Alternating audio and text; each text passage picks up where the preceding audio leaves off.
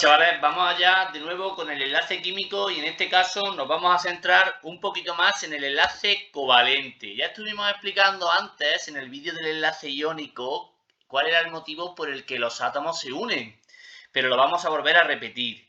Los átomos se unen para formar compuestos porque al hacerlo llegan a una situación de mínima energía o lo que es lo mismo, de máxima estabilidad. Y por eso los átomos se unen, se forman enlaces. Enlaces hay de varios tipos.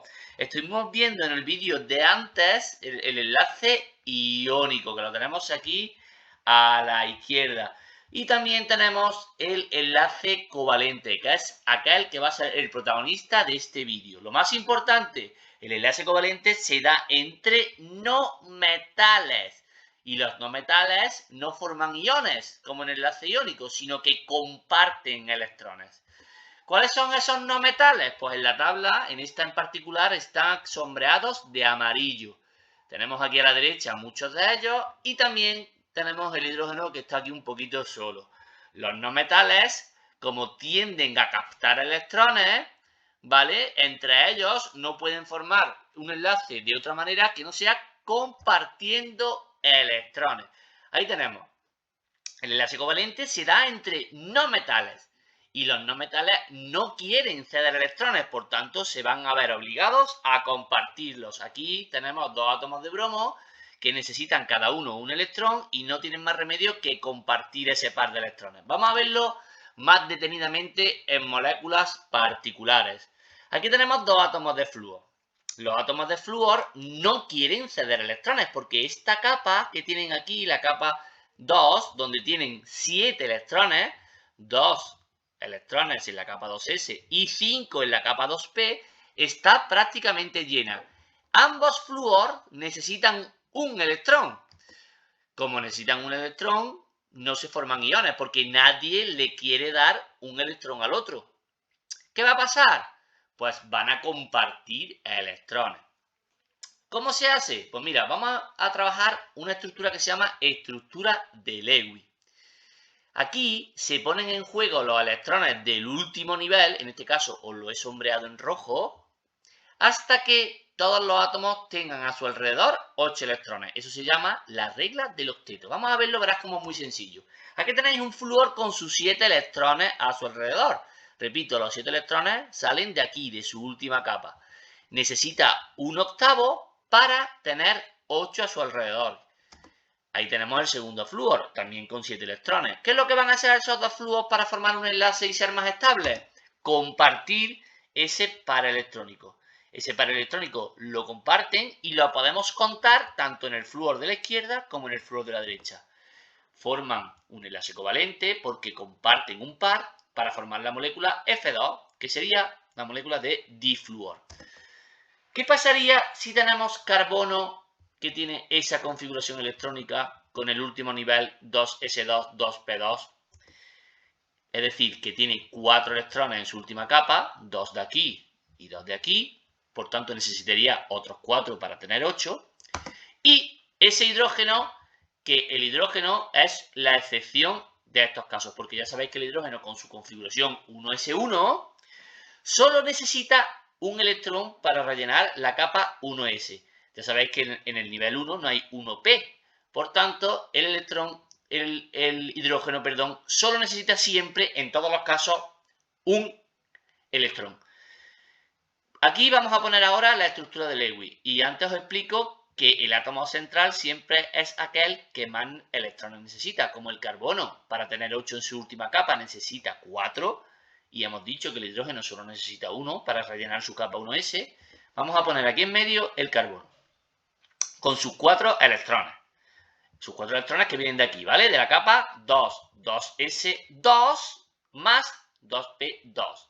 Tiene estos 2 más estos 2, 4 electrones. Si aparece por ahí un hidrógeno, pues van a compartir un par. En este caso, el hidrógeno ya tendría el electrón que necesita, pero el carbono tendría ya 5, 4 suyos más el que le han prestado. Como necesita tener 8, no es suficiente para el carbono. Necesita un segundo hidrógeno que le comparta otro electrón. Carbono ya tendría 6.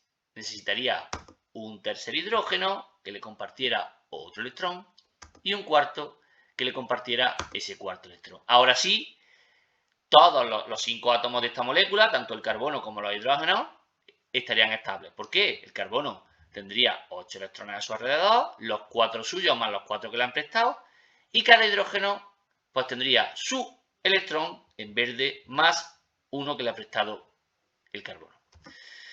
Se forma entonces un compuesto covalente donde se comparten 4 pares compartidos, también se pueden llamar 4 pares enlazantes. La molécula que se forma es un carbono y 4 hidrógenos, CH4. Esa molécula es el metano, y el metano lo conocemos porque es el llamado gas natural, que lo utilizamos para calentar agua o para cocinar, al igual que podemos utilizar también butano y propano.